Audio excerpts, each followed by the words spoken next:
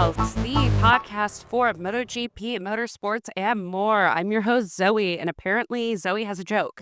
Oh, yeah, I'm your other host, also named Zoe, and just call me Noah Wiley, because I finna be in the pit. I am on episode 5. Incredible. I just restarted season 1 this afternoon. There's only one season. It's not finished. He's so... Yeah. And, I will say, it is so fun. We're talking about The Pit on HBO, which is the best show to come out this year. I'll just say it now. I think so. We all know. I think so. And everybody should watch it. It's incredible. We are confirmed getting a season 2 in January of 2026, so get ready. It is, crazy to watch a show, and I'm not going to spoil anything, but it's crazy to watch a show and be like, oh, I haven't changed or anything. I'm still so, dickmatized by, the white hot asshole on TV. And that's on me. Anyways. I'm bewitched by him, and it is, the most predictable thing I could have ever done. Dr. Rabinovich, hit me up. Jewish daddy?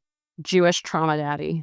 Just wait. I cannot wait until you get through, more of the season. I gotta watch more. From one traumatized individual to the next. We are finally getting Jorge Martin back on track in Qatar this weekend. And I, for one, am excited. As a Jorge Martin hater, I never thought I would say that. But I'm excited. We're going to get to continue to talk about Jorge Martin for 2 minutes at the top of the pod, every pod. We promise. It's really exciting. I want to see it to believe it. Let's see him line up at the start of the actual race before we get too excited. I'm really interested to see how he fares over the course of a weekend. The bone that everybody was concerned about that he broke is called the scaphoid, and it's deep in your wrist. And the problem is that because your wrist and your hand has so many bones that work together and I don't know, I'm not a doctor. Work hand in hand. Anyways, the issue is that it tends to not heal well, easily, or at all. This could be true. This could not be true. We don't really know. But Jorge has said it's healed really well. Hasn't been an issue. He's gotten very lucky with that. Otherwise, everything else, again, he has 10 broken bones. So we'll see what ends up happening. But I'm very interested to see how he ends up doing at Qatar this weekend. Coming back not fully fit. We know for a fact he's not fully fit, but he's fit enough. I'm excited to see how he fares. Let's see.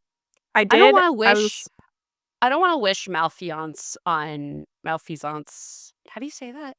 Malfeasance. Malfeasance on anyone. But it would be really funny if during FP1 he crashed and broke more bones. I honestly never thought I would say this, but I feel like I've hit my limit on Jorge Martin misfortune. Sympathy. No, I am just he's had enough. I think it's boring now if he were to break more bones. That's where I'm at, where it's I'm also, I think, really interested, and I think we need to have another guy at the top of the pack again. Because I think that will just make the season a little bit more interesting. Because why not? Again, I've been on record about this. I would be so happy with a season where Marc Marquez dog walks everybody. But I also like MotoGP, the sport. And I think having the current world champion sitting it out is not, a great thing. Agreed. I do think you should have a low side just as a treat. Yeah, just a little low side. Gentle. Just to snap him back into it. That's what they always say, though. It's when you fall and you get scared, you have to have another fall just to get back into it. That was my thing with rock climbing. You always have to take the next fall. That was my thing with horseback riding. So let's talk Qatar. We are headed to the Middle East, baby. We are. Sport is going to oil country. All of the sports are going to the Arabian subcontinent. To meet up in the Middle East of the oil sports. It is. And I kind of think that's cute. Why not? We should do, more of those. Coordinate. Why not? There are apparently rumors that at some point they want to do MotoGP and F1 on the same weekends. And I was like, that's a bad idea. You're cannibalizing your audiences. You'd be shocked at how little MotoGP fans tend to actually care about F1. I wonder if it's a class thing. I wonder if they're more inclined to care about like rally or endurance. I think it's a motorcycle versus a car thing. 2 versus 4. Here's what I think the breakdown of things is. You've got a smaller subset that are just people who really enjoy racing and don't really care what the vehicle is. Like motomouths. We just like racing. Then you've got people who are into cars. And I think that differentiates in a couple of different ways. You've got F1, which is like very much the European culture of it all, and kind of I think there is a class element to that, and there's a class element to like NASCAR. Pinnacle of motorsport. Right. There are heavy quotations around that. And so there's an element of like, yeah, I'll watch the best of the best of the best of cars, and the science of it all I think is really interesting. But then you've got people who ride motorcycles. They don't really care about car racing. They care about motorcycle racing. They care about motocross. They care about MotoGP because that's the stuff that they're interested in. Cars don't really do it for them. So there is overlap for sure. But I think the overlap that you and I see between like F1 and MotoGP fans is because Drive to Survive generated so much interest for like the average potential sports watcher that made racing interesting. And then you get pulled into the kind of overall ecosystem of it, not because of the car or like anything else. You don't have an emotional connection to the car racing. You enjoy the racing because you found it was interesting. Then that allows you to get into other kinds of racing. Do you think that Pixar scrapped the motorcycle sequel of Cars because they would have to foray into leather kink? I mean, probably. That's what I think happened. Even the like most chill motorcycle stuff is like still leather kink. I'm so sorry. Wait, no, I just imagined. You know how they animated Michael Schumacher into Cars, right? Yeah. They animated a lot of them. I know they did. They animated all of them. I just imagined the Valentino Rossi motorbike coming in with WLF. It's like animated body.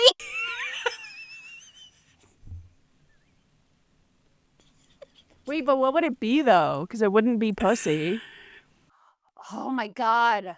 Oh, this is the real question. Would it be like an exhaust? Yeah, Viva like a carburetor. Carburetor, I don't exhaust know. pipe. Yeah. Viva la pipe. No. Oh, God. Okay, you guys need to tell us. Like, please, what would it be? God. That's unholy. That was really bad. Anyways, we're moving on. Anyways, Qatar predictions. I'm going to give you some quick context. Please, hit me. Obviously, coming out of COTA, the big story is Marc Marquez is on the floor. His motivation is gone. He is fucked. My goat is washed. Washed, old, ancient, senile. Doesn't know right from left anymore. That's the narrative coming out of COTA, depending on who you listen to. But I will say there are signs and, reporting that Pecco, he's had issues with the feel of the bike for all of this season so far. And he did say that, one of the biggest issues he's had is corner entry. And that, I think, during COTA, he felt like he got that back. So he's feeling good. He has the win from COTA coming off of that. He's feeling better on the bike. He's done well at Qatar before. It is kind of widely regarded, if we're breaking down the season between like Marc tracks and Pecco tracks, you could make an argument that it is a Pecco track. Here's the problem. Pecco and Marc have each won here at Qatar once. Marc has 5 podiums at Qatar, and Pecco has 3. Obviously, we are also caveating all of this with Marc's longer career, the fact that Marc was on a quote-unquote championship-winning bike longer, depending on how you perceive the Honda. I do not perceive it. I don't perceive it, actually. So that's the issue of really thinking about whether or not this is a Marc or Pecco track. It's pretty widely understood to be a Pecco-leaning track, but Marc's also done very well here as well. So there's no way to really say this is a track that Marc doesn't like. So it's kind of up in the air here. Toss up. Exactly. So that's your context. Okay. I'm going to take all that context. I really appreciate it. You're welcome. That's very helpful. My P1, I'm going Alex Marquez. I love it. Why not? I think that for something's going to happen, and I think this is going to get his first like real win of the year. I think the karma of the universe is smiling down on an Alex Marquez championship leader. It feels karmic. It just feels nice. Yeah. It just feels nice and sweet and lovely. It's just cute. Yeah. Like, he's not going to keep it. Yeah, no. So, like, let's just let him have it for as long as possible. In the Powerpuff Girls where they pour in sugar, spice, and everything nice? It's everything nice. That's how that feels right now. Yeah, I agree. So that's my P1. In P2, I'm going to go with Pecco. P3. Also, by the way, it's a night race. Great. Just letting you know. So because he has night vision, I'm going to go with... I'm back on my Marco Bezzecchi P3 game. And I wish so hard that it's true. And for Fail King, I'm going to go with Marc Marquez. I think that he needs to hit 2 lows before he does the rest of the season. Pulls it back together. And takes it all for the rest of the season. I'm also thinking along those same lines. But here's my thought. I'm going to go P1 Marc. Mm-hmm. Stick with me. I'm here. P1 Marc. P2 Pecco. I'm going to go P3 Frankie. Why not? Sure. Feeling good about it. And then for my Fail King, I'm going to do like 2 kind of. All right. I know I'm stretching the limits of the pod. I understand. I'm going to go with Fabio Di Gianantonio because I think he's riding the high of Coda, which he should. And I think he's going to push too hard. And I'm going to go Marc as well for similar reasons. I think he's going to shit the bed on Saturday. I think he's going to ruin the sprint for himself because he's going to go too hard in the paint. He's going to want it too bad. And he's going to his single-minded kind of focus is going to take him to places he doesn't need to be. And I think he might override it. And then I think he'll get his shit back together on Sunday. Okay. That is my prediction for Qatar. What are your thoughts? I can see your thinking faces on. I just think that if somebody fails on Saturday and does well on Sunday, they can't be considered the Fail King. Yeah, that's why I said I'm kind of doing too. Begging you to commit is my issue. All right. Never. I hate that. I did have one more thing I wanted to talk about for MotoGP. This is less a prediction and more of just an interesting rumor little update I've heard. A little gossip around the gossip mill? Yeah, a little hot goss about Pedro Acosta, who, as we all know, is the shining star of the KTM factory team this season. He's not having the best 2025. And you know what? That's fine. He is still in his sophomore season. He was a rookie last year.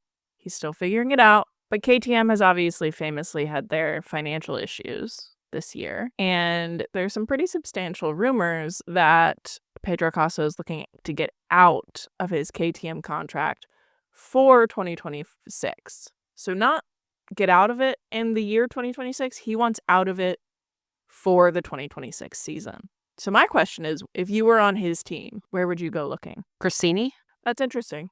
I don't know, Trackhouse? Well, so I think the one thought process is when you're young, you're like, I'm in the prime of my life. I might as well get in a race-winning bike now. I think if he were to be thinking about a long-term goal, I think he should be looking at Yamaha or Honda. Get in the feeder system. Right.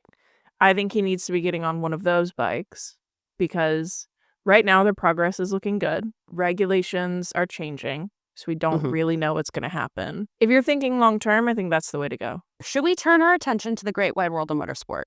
Yes. It's been a really quiet week for MotoGP. And you know what? I'm over it. And I can't wait for this weekend. Really quiet weekend for F1 because it was so fucking boring. Yeah, let's talk about how the second McLaren started doing well, the sport got so boring. I think we should investigate that. I think we should investigate everything about McLaren. There's a couple things I want to talk about with how statistically this was the most boring race of all time. I saw the animation of when they do all of the little cars in a line and then they do the thing. I was like, damn, it was a boring race live. The top 6 didn't change at all for the first time in Formula 1 history. That's crazy. Let's start with our predictions and then we'll get into the weekend. Both of us hit the nail on the head. We said that it was time for a Max win. And that pole lap? The lap of gods. We'll get into it.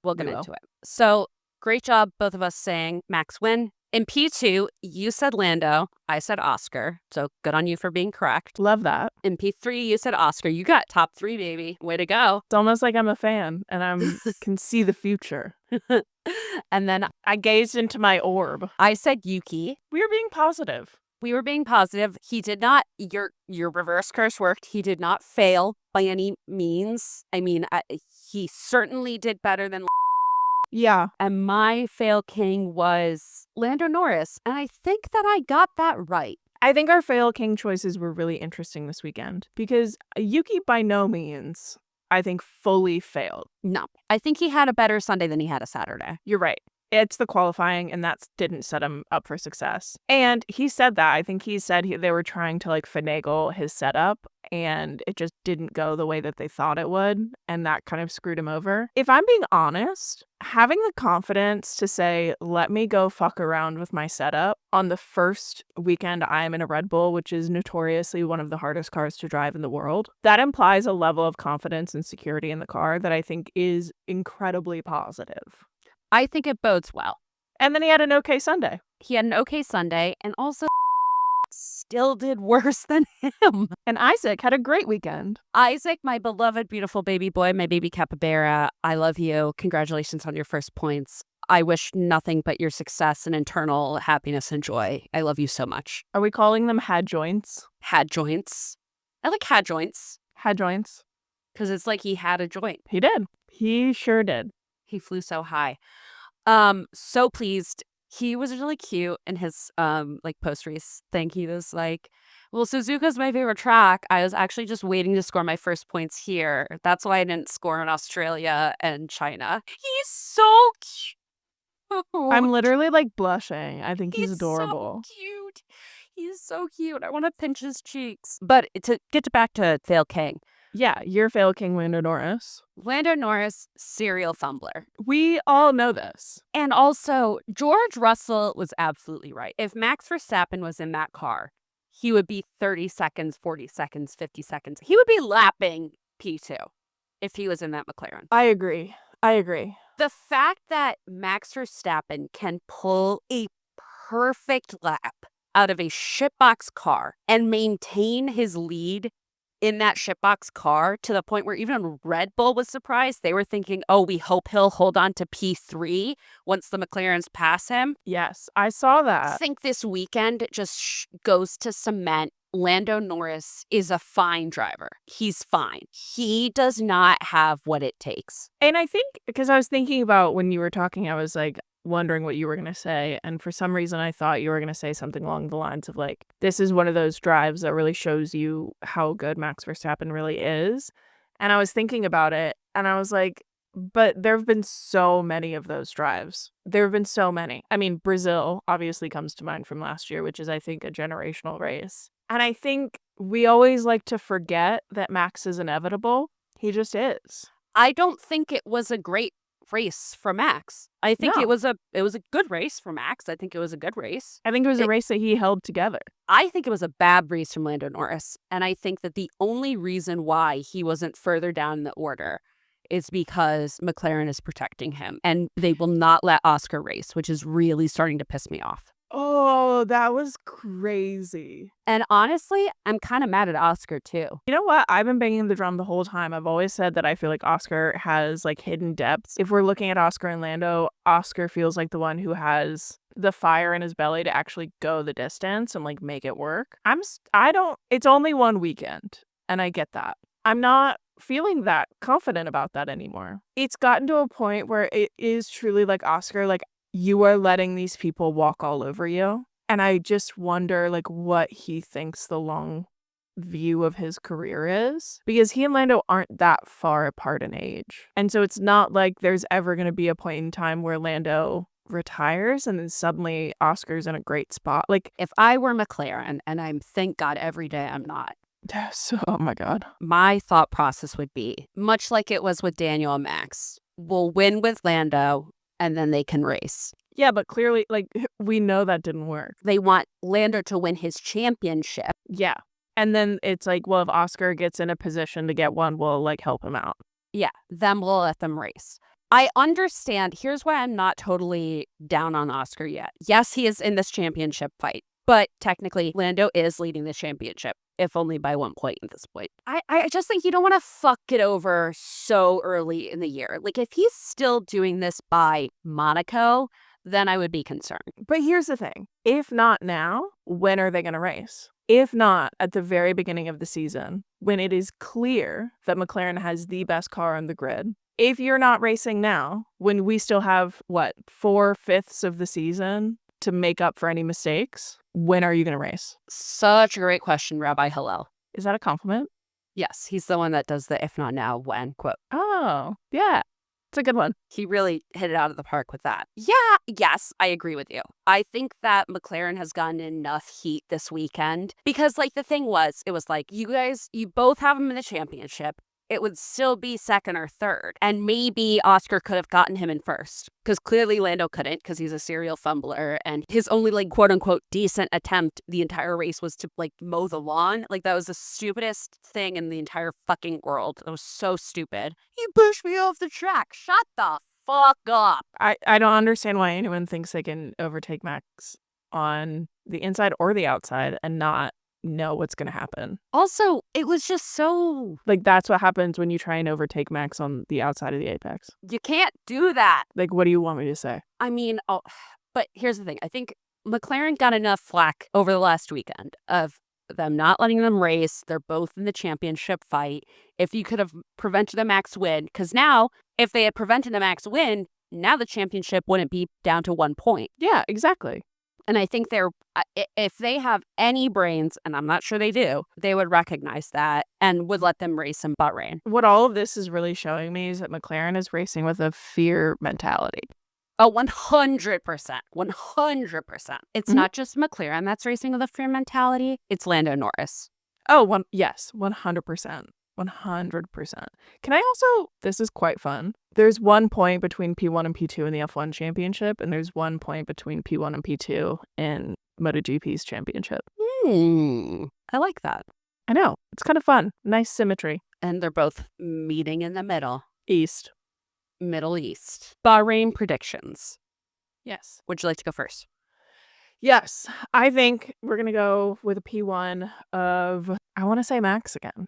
But I don't feel confident in the logic of that decision. I just feel it in my heart. I think it's going to be a Lando Norris P2. And Lewis seems to like this track. So I'm going to go with a Lewis P3. Phil King? Phil King, I'm going to just go for it and say Charles Leclerc because Ferrari can never have a good weekend. I think that's a very good idea. I also am going to go Lewis P3. P2, I'm going to say Max. P1, I'm going to say Lando. We're on top of it. Yeah. For Fail King, I'm going to say Jack Doohan. That's what I thought you were going to say. The Alpines hate this track. They never do well here. Yeah. It's really rough. It's sad. All right. Well, I guess we'll see how that shakes out. I do want to say I foresee Yuki Tsunoda points Red Bull, Lance Stroll points Aston Martin. I feel like if we're predicting possible points, P cubed, I would put Fernando Alonso in there. I think it's going to be a good race for Aston Martin. You heard it here first. One last thing in the great wide world of motorsport. Yes. I wanted to talk about another really unknown motorsport, hockey. I want to talk about the fact that Alexander Ovechkin just beat the all-time goal-scoring record that was previously held by Wayne Gretzky. And more importantly, I want to talk about the reaction to this. Okay. Because I think it says a lot about the bitching and moaning that we see in MotoGP and F1. Go on. Every single hockey fan is overjoyed that this record has been broken. Wayne Gretzky is overjoyed that this record has been broken. Sidney Crosby, who he and Alex Ovechkin have had a blood feud since day fucking one. Day one. Sidney Crosby is very pleased for him. Also, one note about the game. It was a game that they played against the Islanders. Yes. The Capitals played against the Islanders. And the Capitals lost 4-1. That one was the goal breaking Gretzky's record. And I think that should also be a key element of the story because it's not about, when you're talking records and you're talking about what it is to be one of the best athletes in your sport, it can't always be about wins. It has to be about consistency and skill, even when you fucking lose. It's so like poetic that it was a loss. And then there was this video that they played that had the goats of all of these sports: Simone Biles, Michael Phelps, LeBron James, I don't think they had Serena. They should have. The goats of every sport, the goats of hockey, everyone in hockey are thrilled for Alex Ovechkin. So every single time I hear in MotoGP and F1, oh my God, if he wins every race, it's boring. Oh my God, if he breaks this record, that should be Seb's record. That should be Michael Schumacher's record. The greats want the records broken. We saw this just happen with Nieto's records that Mark just matched or beat in Argentina. Matched. And so I totally agree with you. It's an interesting thing that you bring up, because why can't we enjoy Greatness. History while it's being made? Especially because, like, what it comes down to for me is that if Michael Schumacher could speak and come out and say, I think wholeheartedly he would say, yes, I want Max to get to 8. Yes, I want Lewis to get to 8. I think that we see it with Seb when Max broke his win streak. He was thrilled. He was overjoyed. He was so happy for Max. Well, and Seb's gone on record that, like, he's been in touch with Max the whole time. Yeah, it comes back to, we've said this before and we'll say it again. I think if you don't want to see greatness, you don't truly love the sport. I also think you just don't like sport. Yeah. Like, not just like an individual. I think you just don't like sport. I think you don't like competition. To bring it all back to what we've been talking about is that if we're going to talk about, well, why is Max winning every race interesting and why is Lando winning every race boring? It is because with Max, we are seeing greatness. And with Lando, we're just seeing a fine driver in a great car. Yeah, I think Lando, it's a confluence of events. And Max is someone who is putting his hands on the fabric of the universe and saying, no, we're changing this up. And there's something so powerful about it. A couple of race weekends ago, a journalist said something along the lines of, like, rooting against Max is like rooting against the sun rising in the morning. I agree. He's inevitable. It's inevitable. I think Max is unashamed to want greatness. He doesn't care about records. It doesn't drive him. But he does care about, I want to be the very best I can be every single time I sit in a car. And I remember when I was watching 2023, like the season in 2023, and every time I talked to someone who was not enjoying Max's, like, level of success, and I get it, like, it's okay to not enjoy athletes, but I think there's a difference between saying, I hate Max, therefore this is not a good season. Like, those aren't the same. And I think it was just really interesting to talk to people that season. And one of the main things that they complained about was that he didn't enjoy it enough, which is such like a straw man of an argument. I think the thing that first made me kind of understand Max as a competitor is the thing Max enjoys most and the thing he wants to do the most and the thing that satisfies him the most about a race weekend is when he is as close to perfect as a human body can be. When he melds perfectly with the car, and when he can make the circumstances meld perfectly and everything is at, like, this level of resonance. Exactly. Max's whole thing isn't that he wants to race and win against one person. I think when you bring the championship into it, that's obviously not the case. But the reason Max likes racing is because he wants to race against the perfect ideal and get as humanly close as possible to that. That is what satisfies him more than anything else. I think that's the case with a lot of time sports. Like, you have point sports and you have time sports. Racing is inherently a time sport because it's always about, you can always shave off more time, swimming, running, that kind of stuff. But I think that it can be kind of summed up as Max races to reach nirvana. Yeah. There's almost a spiritual aspect of it that I don't think he really, like, brings to it, but there is an element of spirituality to it. It's like a meditative. Yeah. Anyways, this has been Karma with Zoe and Zoë. Karma and Philosophy 101. I think, you know what? We could teach a class. We could. We're always right. Should we? No. I would be a good teacher. I think this brings us to the grid as ... It sure does. For the uninitiated is a point in our podcast where we categorize a handful of riders and a handful of drivers from across the great wide world of motorsport as person, place, thing, concept, idea, whim. And this week, because we're all meeting in the Middle East, we're doing types of oil. I didn't pick this one. Let me be really clear. Would you like to go first? Yes. I am going to go with Marc Marquez and Marco Bezzecchi. And for Marc, if we're talking about types of oil, and this is a stretch, so sit with me, Marc is a mineral oil, and I'm going to quote Wikipedia on this. Mineral oil is a liquid obtained from refining crude oil to make gasoline and other petroleum products. Marc Marquez. Yeah. Eats, sleeps, lives, breathes, racing. Yeah. Yeah. Marco Bezzecchi, and I've said this before and I will say it again, has one of the best curl patterns I've ever seen. So true. In my life. Mm-hmm. Like, genuinely an incredible curl pattern. His curls are so dry. And he does not take care of them in the way they deserve. It makes me so sad. And I want him to have the way hair oil that smells like patchouli. It would do so much for him. It would do so much for him. Even we can start small coconut oil. Just a little coconut oil. No. For the curls? No, he needs an oil that also cuts down on frizz. True. All right. So I'm going to go with Fernando Alonso and Lance Stroll because they are the, Saudi Arabian oil team. For Fernando Alonso, he is whale oil. He is like tallow. He is an oil that was used to heat an oil lamp. Okay. He's old, is what I'm trying to say. Yeah. And like a crime. Exactly. Yeah. Exactly. And then for Lance is that oil that keep the menorah lit for all 8 days, baby. And that's on Judaism. That's technically olive oil, I think. I mean, that makes sense. Yeah.